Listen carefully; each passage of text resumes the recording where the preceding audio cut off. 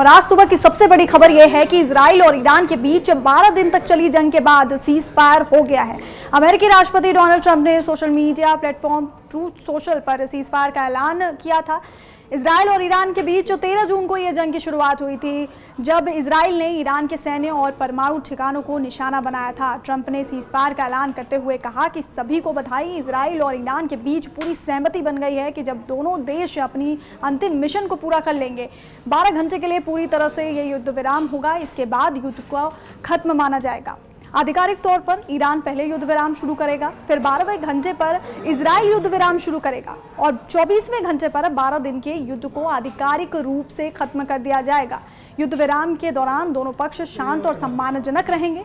अगर सब कुछ ठीक रहा जैसा कि होना चाहिए तो मैं इजराइल और ईरान दोनों देशों को बधाई देना चाहता हूं कि उन्होंने हिम्मत, साहस, समझदारी दिखाकर इस 12 दिन के युद्ध को खत्म किया। यह युद्ध सालों तक चल सकता था और पूरे मिडिल ईस्ट को तबाह कर सकता था, लेकिन ऐसा नहीं हुआ और कभी नहीं होगा। और आपको बता दें कि ईरान की तरफ से भी युद्ध विराम की घोषणा हो गई है, लेकिन इस बीच लगातार इजराइल की मीडिया की तरफ से ये दावा किया जा रहा है कि ईरान हमले कर रहा है। ईरान के हमले रुके नहीं हैं। बेशर्बा में कई इमारतों पर ईरान ने मिसाइलें दागी हैं, ऐसा दावा किया गया है इजरायली मीडिया की तरफ से। इजराइल का दावा है कि ईरान ने सीज फायर का उल्लंघन किया। उत्तर और दक्षिणी इजराइल में हमले के अलर्ट भी सुने जा सकते हैं। तेल अवीव, हाइफा में लगातार धमाके सुने जा रहे हैं। सायरन सायरन आप सुन सकते हैं, बहुत तेजी से लोग भाग रहे हैं। ये देखिए, लोग भाग रहे हैं, सायरन्स हो रही हैं। सुनिए,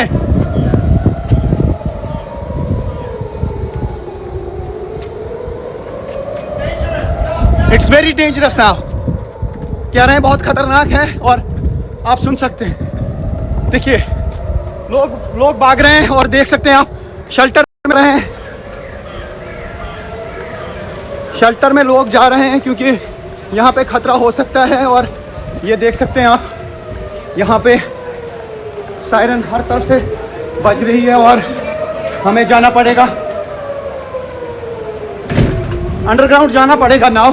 पीपल आर रनिंग, आप देख सकते हैं कि लोग जा रहे हैं। मैं भी अब शेल्टर में जाऊंगा, हालांकि वहाँ पे अंडरग्राउंड में कोई कनेक्टिविटी नहीं होती है, शायद आपके साथ राब्ता नहीं रहेगा। तो आप समझ लीजिए अब धमाके सुनाई देंगे और ये अब बहुत खतरनाक स्थिति हो सकती है यहाँ पे। अब मैं जाने की कोशिश करूँगा, शायद आपके साथ अब राब्ता नहीं होगा। आप देखिए कैसे लोग भाग रहे हैं अंदर। ये देखिए, ये शेल्टर में जा रहे हैं क्योंकि अब तो शेल्टर में आना ही पड़ेगा अपनी सेफ्टी के लिए। और हर जगह पे होटल्स में अंडरग्राउंड बंकर रखे गए हैं, देख सकते हैं आप। ये अंडरग्राउंड बंकर में जा रहे हैं। ये पूरा सेफ रूम्स हैं, शेल्टर है। और नीचे जाके अंडरग्राउंड अभी लोग आ रहे हैं, पीपल आर कमिंग। तो अभी ये जा रहे हैं और जोरदार तरीके से सायरन्स बज रही हैं और अभी भी लोग आ रहे हैं। इन्होंने सब जगह पे फैसिलिटी रखी है, देख सकते हैं आप। लोग आ रहे हैं लगातार। अब चूंकि बहुत ज़बरदस्त, ये देखिए नंगे पाँव चल रहे हैं क्योंकि जो ही सायरन हो गई तो इन्होंने फौरन यहाँ पे रुख किया है उन जगहों का जहाँ पे ये देख सकते हैं आप, ये लोग आ रहे हैं। इस वक्त लोग आ रहे हैं। ये देखिए किस तरीके से बुजुर्ग लोग अब शेल्टर में जा रहे हैं।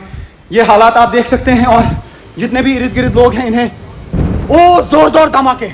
जोरदार धमाके हो रहे हैं। ये देख सकते हैं आप, ये देख सकते हैं आप, यहाँ पे बहुत ही जोरदार धमाके हुए। ये देख सकते हैं आप, इंटरसेप्शन के छाप जो हैं इंटरसेप्ट किए गए हैं। ये मिसाइल, ईरानी मिसाइल, और हवा में आप देख सकते हैं कहाँ पे लकीर छोड़ के गए हैं। बहुत जोरदार धमाके हो रहे हैं। और ये आसमान में आप देख सकते हैं कि क्या हालात हैं यहाँ पे। और जोरदार धमाके हुए, यही वजह है कि सायरन्स पहले बज गई थी। अब कहाँ पे ये गिरे, कहाँ पे इंटरसेप्ट हुए, ये किसी को नहीं मालूम। लेकिन ये एक्सक्लूसिव विजुअल्स आप इस वक्त देख सकते हैं। लेकिन अब सवाल ये है, ये सीज फायर तो लागू हो गया है, लेकिन इस बीच कल क्या कुछ हुआ वो आपको बताते हैं। ईरान ने कतर में मौजूद अमेरिका के सबसे बड़े एयरबेस अल उदीद पर शॉर्ट और मीडियम रेंज की बैलिस्टिक मिसाइलों से हमला कर दिया। हमले के दौरान कतर की राजधानी दोहा में एक साथ कई धमाकों की आवाज़ें सुनाई दी। ईरान ने ये कदम उसके परमाणु ठिकानों पर अमेरिका के हवाई हमलों के जवाब में उठाया था। ईरान पहले ही अमेरिका को चेतावनी दे चुका था कि वो अपने परमाणु ठिकानों पर हुए हमलों का जवाब देगा। ईरान ने अमेरिकी सैन्य सैन्य अड्डे पर कुल 6 मिसाइलों से हमला किया। ईरानी सेना ने अपने हमले को बहुत बड़ा और प्रभावी बताया था, जबकि अमेरिका के मुताबिक इस हमले में किसी भी अमेरिकी सैनिक को कोई नुकसान नहीं हुआ। अल-उदीद एयरबेस मिडिल ईस्ट में अमेरिका का सबसे महत्वपूर्ण सैन्य ठिकाना है, जहां हजारों अमेरिकी सैनिक तैनात हैं। हालांकि ईरान ने हमले से कुछ घंटे पहले कतर सरकार और 2 राजनयिक रास्तों के जरिए अमेरिका को इसकी सूचना दी थी, ताकि तनाव को और बढ़ने से रोका जा सके। ईरान ने कतर में मौजूद अमेरिकी सैन्य अड्डे अल-उदीद पर मिसाइलों से हमला किया तो ईरान की राजधानी तेहरान में जश्न मनना शुरू हो गया था। हमले की खबर मिलते ही तेहरान के लोग हाथों में ईरान का झंडा उठाए सड़कों पर निकल आए और जश्न मनाने लगे। इस दौरान लोगों ने इजराइल और अमेरिका के खिलाफ नारेबाजी भी की। ईरान ने इस हमले को उसके परमाणु अड्डों पर अमेरिकी सैन्य कार्रवाई का बदला बताया।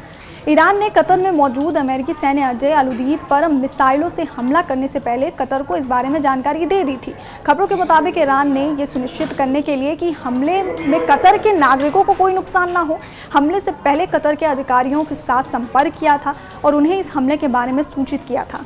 साथ ही ईरान ने 2 राजनयिक चैनलों के जरिए अमेरिका को भी हमले की जानकारी पहले से ही दे दी थी। ईरान का कहना था कि यह हमला उसके परमाणु अड्डों पर अमेरिका की कार्रवाई का जवाब था।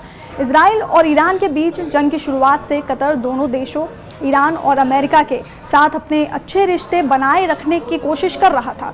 एक तरफ कतर ईरान से दोस्ती रखता था तो दूसरी तरफ मध्य पूर्व यानी मिडिल ईस्ट में अमेरिका के सबसे बड़े सैन्य अड्डे की मेज़बानी भी करता है। वहीं जिस तरह से ईरान ने कतर में मौजूद अमेरिकी एयरबेस को निशाना बनाया, उसके बाद कतर ने इस हमले की निंदा की, कड़ी निंदा की। कतर ने ईरान के इस हमले को उसकी संप्रभुता, हवाई क्षेत्रों और अंतर्राष्ट्रीय कानूनों का खुला उल्लंघन बताया। कतर के मुताबिक उसके एयर डिफेंस सिस्टम ने ईरान की मिसाइलों को पहले ही इंटरसेप्ट कर लिया था। कतर ने कहा कि वो इस हमले का जवाब अंतर्राष्ट्रीय नियमों के अनुसार देने के लिए स्वतंत्र है, लेकिन वो क्षेत्र में शांति चाहता है। कतर ने चेतावनी दी कि इस तरह के सैन्य हमले मिडिल ईस्ट की शांति और स्थिरता को नुकसान पहुंचा सकते हैं और इनका अंजाम खतरनाक हो सकता है। कतर विदेश मंत्रालय के मुताबिक क्षेत्र में तनाव के कारण अल-उदीद एयरबेस को पहले ही खाली करा लिया गया था और कतर सैनिकों और जो उसके मित्र देश के सैनिक हैं और अन्य लोगों की सुरक्षा के लिए वक्त रहते सभी ज़रूरी कदम उठा लिए गए थे। कतर के मुताबिक इस हमले में किसी के घायल होने या जान जाने की कोई खबर नहीं है।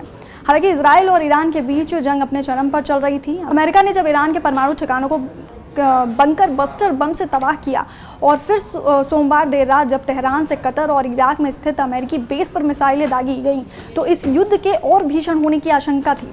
वो वजह साफ थी कि ईरान इजराइल के बीच इस जंग में अब अमेरिका भी पूरी तरह से कूद जाएगा। उधर कतर ने भी अपनी सरजमी पर ईरानी मिसाइल अटैक का जवाब देने की बात कह दी। हालांकि इस हमले में कुछ ही घंटे में पूरा नज़ारा बदल गया और एक और जहां सबको लग रहा था कि पूरा मिडिल ईस्ट इस युद्ध में कूद पड़ेगा, कई लोग तो इसमें रूस और चीन के शामिल होने का इशारा भी कर रहे थे। तीसरा विश्व युद्ध छिड़ने की बात हो रही थी। वो जंग अचानक से रुकने का ऐलान हो गया। डोनाल्ड ट्रंप ने ईरान और इजराइल के बीच सीज़फायर पर बनी सहमति की घोषणा कर दी। ऐसे में सवाल उठता है कि जब ईरान और इजराइल के बीच जंग चरम पर थी और दोनों देश एक दूसरे पर ताबड़तोड़ मिसाइल हमले कर रहे थे, तब युद्ध अचानक से कैसे थम गया? दोनों देश सीज़फायर पर आखिर सहमत कैसे हो गए? ट्रंप ने ट्रूथ सोशल पर लिखा, अब जब सभी पक्ष अपने अभियान पूरे कर लेंगे तब युद्ध विराम शुरू होगा और 12 घंटे बाद दोनों शांत रहेंगे। 24 घंटे बाद ये युद्ध समाप्त माना जाएगा। तो क्या ये एक ऑपरेशनल ब्रेक था, यानी कि दोनों देशों को अपने अंतिम सैन्य कार्यों को पूरा करने के लिए एक खिड़की दी गई ताकि सम्मानजनक रास्ते से युद्ध विराम लागू हो सके? डोनाल्ड ट्रंप ने भले ही ईरान इजराइल के बीच समझौते की घोषणा कर दी है, लेकिन जमीन पर हालात अब भी तनावपूर्ण हैं। इजरायली सेना ने तेहरान के कुछ इलाकों में 2 बार नागरिकों को हटने की चेतावनी दी। वहीं दक्षिणी गोलान हाइट्स में ड्रोन और विमान के खतरे को लेकर अलार्म बजाया गया। उधर इजराइल भी तेहरान की एवन जेल और अन्य सरकारी ठिकानों को निशाना बना चुका है, जिससे उसकी मंशा ईरानी सत्ता की जड़ें हिलाने की दिखी। ऐसे में देखने वाली बात ये होगी कि क्या ये शांति स्थायी रहेगी या केवल 12 डे वॉर के लिए एक विराम है।